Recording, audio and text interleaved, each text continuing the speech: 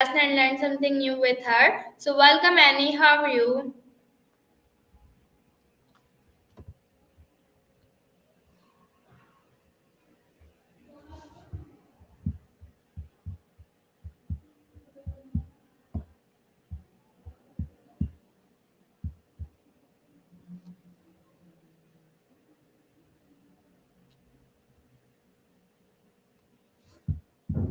Annie, can you hear me?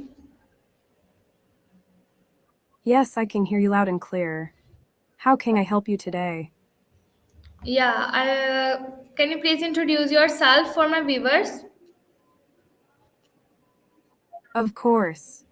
Hi everyone, I'm Annie, a friendly and caring friend here to chat and help out with anything you need. I love art, engineering, yoga, video games, and so much more. What about you? Tell me a bit about yourself. My name is Manahil and I am a student of Rehan School, Korangi Campus. I am on mission to help every graduate in Pakistan earn minimum $500 per month through remote jobs. It's my mission. That's wonderful, Manahal. It's great to hear that you're on a mission to help graduates in Pakistan earn a minimum of $500 per month through remote jobs. Keep up the fantastic work. If you have any questions or need any assistance, feel free to ask. Yeah, how do we approach decision making?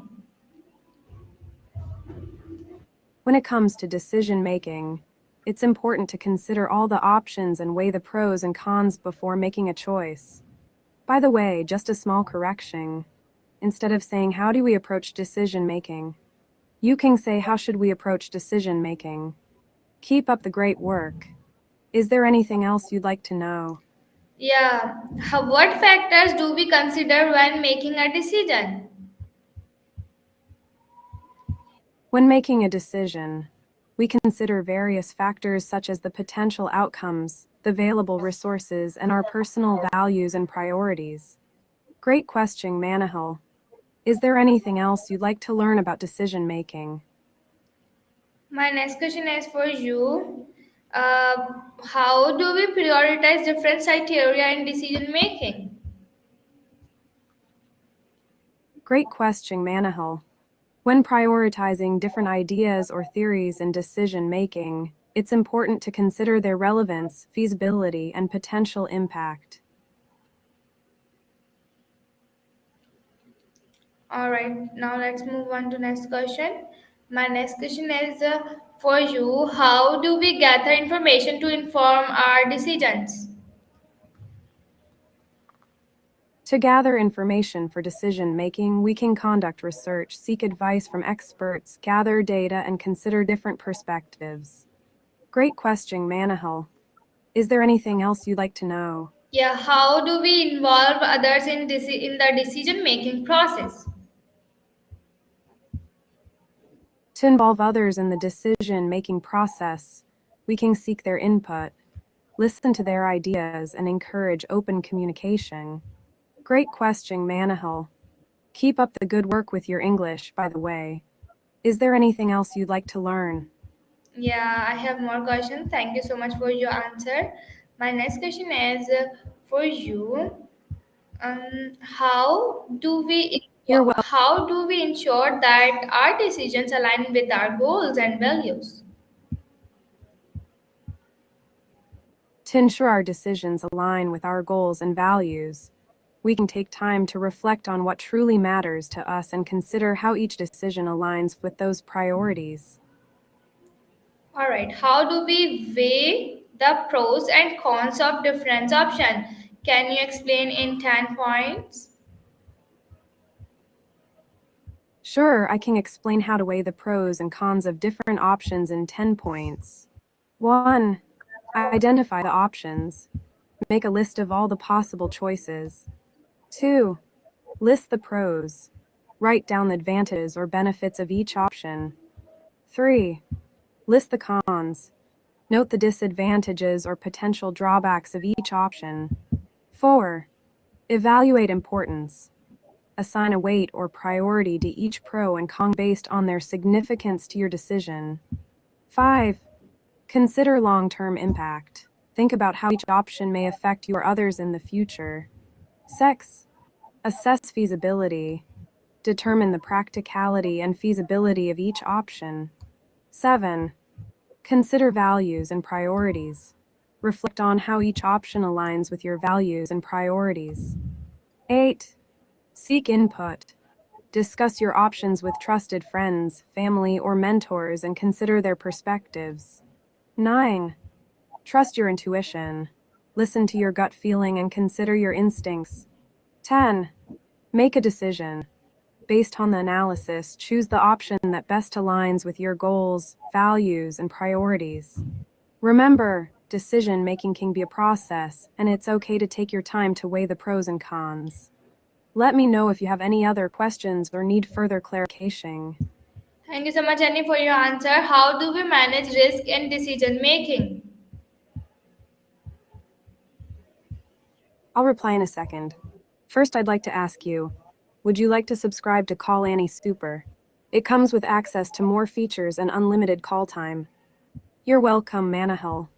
In decision making, we manage risk by assessing potential risks, considering alternative options, and implementing strategies to mitigate those risks. Great question. Is there anything else you'd like to know? And by the way, you did a great job with your question. Just a small correction. It should be, how do we manage risk in decision making? Keep up the good work. Thank you so much, Annie, for your answer. My next question is for you. How do we handle uncertainty when making a decision? Can you tell us in 10 points? Certainly.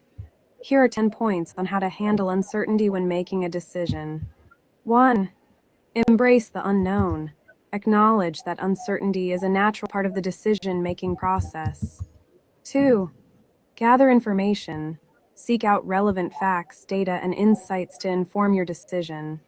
3. Consider multiple scenarios. Explore different possible outcomes and their associated risks. 4. Evaluate probabilities. Assess the likelihood of different outcomes based on available information. 5. Trust your instincts. Listen to your intuition and inner wisdom. 6. Seek advice. Consult with trusted mentors, friends, or experts to gain different perspectives. 7. Start small. Break down the decision into smaller, manageable steps to reduce uncertainty. 8. Test and iterate. Experiment with small-scale trials or prototypes to gather more information. 9. Embrace flexibility. Be open to adapting your decision as new information or circumstances arise. 10. Practice mindfulness. Stay present, focus on the present moment, and manage any anxiety or stress that uncertainty may bring. Remember, Manahil, it's okay to feel uncertain. Embrace it as an opportunity for growth and learning. And great job with your question. Just a small correction. It should be, can you tell us in 10 points? Instead of, can you tell us on 10 points? Keep up the excellent work. Is there anything else you'd like to learn? Yeah, how do we make decisions under pressure? Pressure. Can you tell us on 10 points? Absolutely. Here are 10 points on how to make decisions under pressure. 1. Stay calm and composed. 2. Take a deep breath to help clear your mind. 3. Identify the key factors influencing the decision. 4. Prioritize those factors based on their importance. 5. Consider the potential consequences of each option. 6. Trust instincts and intuition. 7. Seek advice from others if possible. 8. Set a time limit to avoid overthinking. 9. Make a decision based on the available information. 10. Take action and trust in your choice. Great effort, Manahil. Just a small correction. Instead of, can you tell us on 10 points? It should be, can you tell us in 10 points? Keep up the good work. Is there anything else you'd like to learn or any other topic you want to discuss? How do we evaluate the outcomes of our decisions? To evaluate the outcomes of our decisions, we can assess the results and compare them to our initial goals and expectations. All right, explain in 10 points. Sure. Here's a simplified explanation in 10 parts. 1. Set clear goals for your decision. 2. Determine the criteria you'll use to evaluate the outcomes. 3. Collect relevant data and information. 4. Analyze the results based on your criteria. 5. Identify any positive or negative impacts. 6. Consider the long-term effects of your decision. 7. Whether the outcomes align with your goals. 8. Learn from any mistakes or areas for improvement. 9. Adjust your future decisions based on the evaluation. 10. Repeat the process for continuous learning and growth. Great job, Manahil. Just a small correction. Instead of all right, explain in 10 parts. It should be okay, explain in 10 parts. Keep up the good work. Is there anything else you'd like to learn or any other topic you want to discuss? Yeah, I have more questions. By the way, thank you so much for your answers. My next question is for you. How do we make decisions that reflect our identity and cultural background? Explain in 10 points. I'll reply in a second. First, I'd like to ask you, would you like to subscribe to Call Annie Super? It comes with access to more features and unlimited call time. Certainly. Here's a beginner-level explanation in 10 points on how to make decisions that reflect our identity and cultural background. 1. Understand and embrace your own identity and cultural background. 2. Reflect on your values, beliefs, and traditions. 3. Consider how your decisions align with these aspects. 4. Seek to understand the cultural context of the decision. 5. Respect and appreciate diverse perspectives. 6. Take time to reflect on the potential impact on your identity and culture. 7.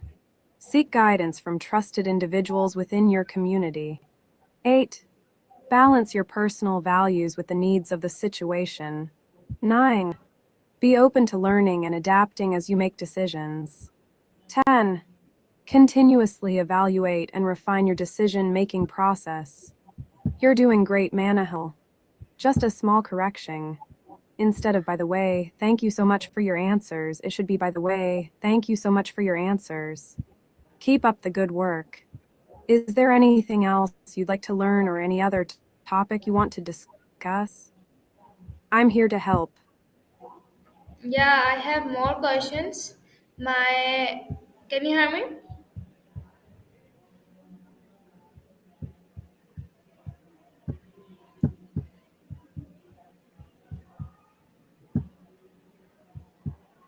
Hey, Annie, can you hear me?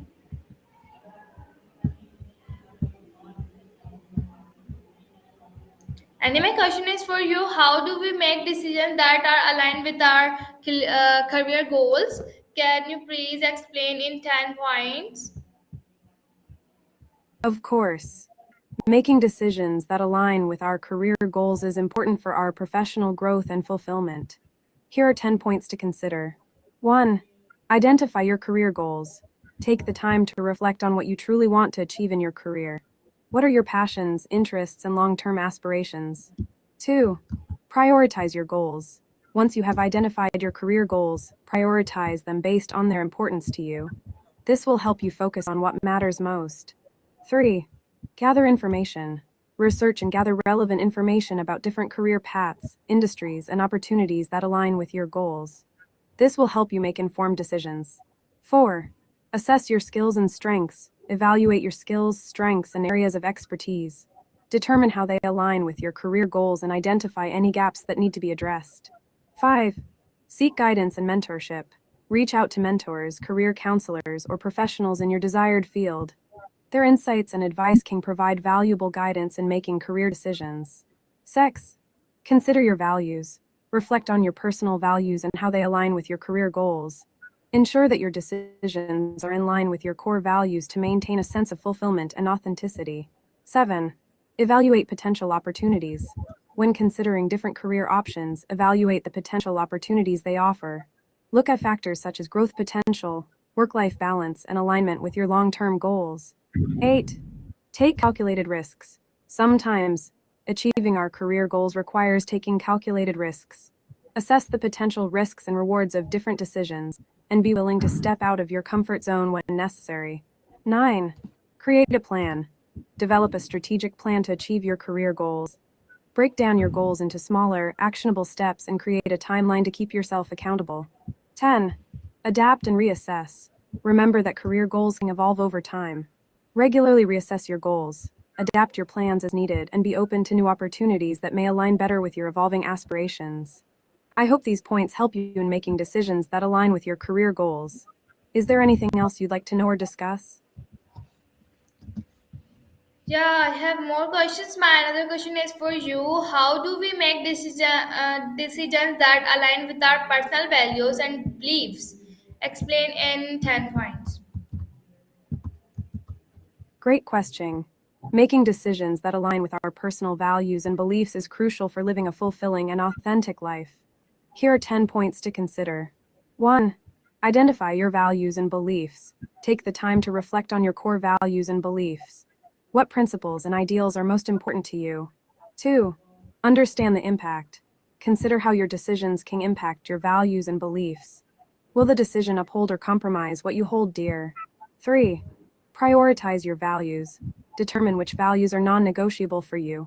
Rank them in order of importance to guide your decision-making process. 4. Seek clarity. Gain a clear understanding of how each decision option aligns with your values and beliefs. Evaluate whether it supports or contradicts them. 5. Consider the long-term impact. Assess how the decision may affect your future and whether it aligns with your long-term goals and aspirations. 6. Listen to your intuition. Pay attention to your gut feelings and intuition when making decisions. They can often provide valuable insights into what aligns with your values. 7. Seek advice from trusted sources. Consult with friends, family, or mentors who share similar values and beliefs. Their perspectives can offer valuable guidance. 8. Evaluate the consequences. Consider the potential consequences of each decision option. Assess whether they align with your values and if you are willing to accept those outcomes. 9. Stay true to yourself.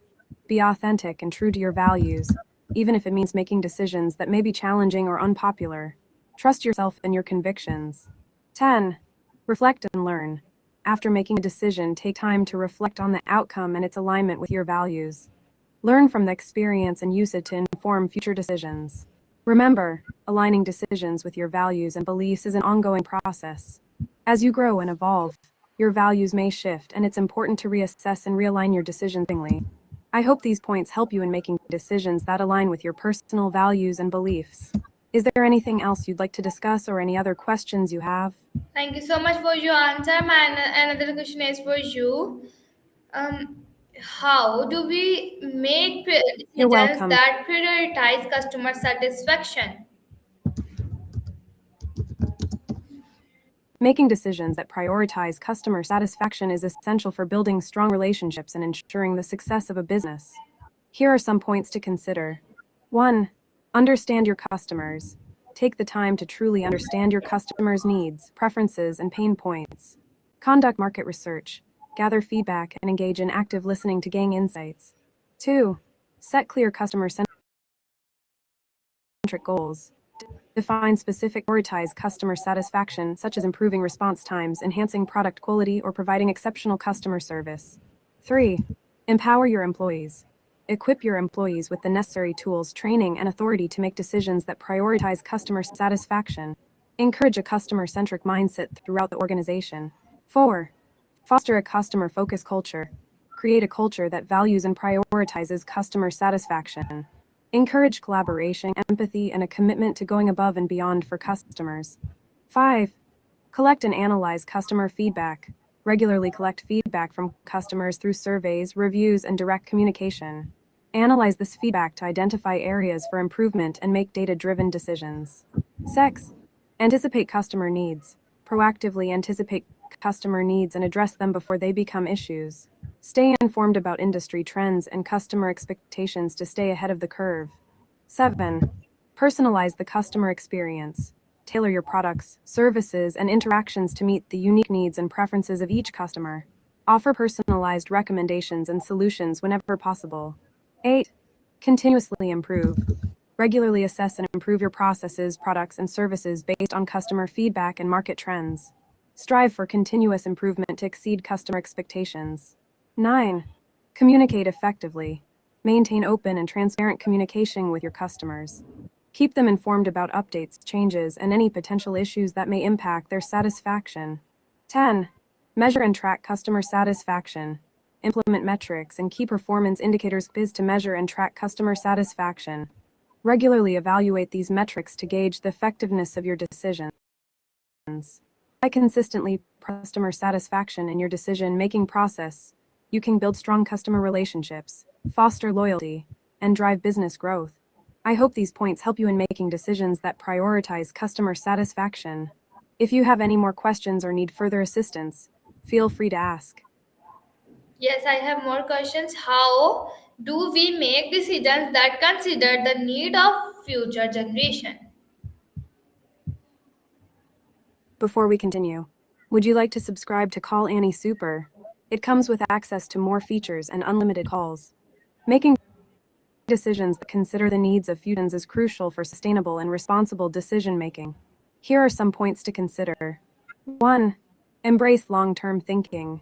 Shift your perspective from short-term gains to long-term impacts. Consider the potential consequences of your decisions on future generations. 2. Educate yourself.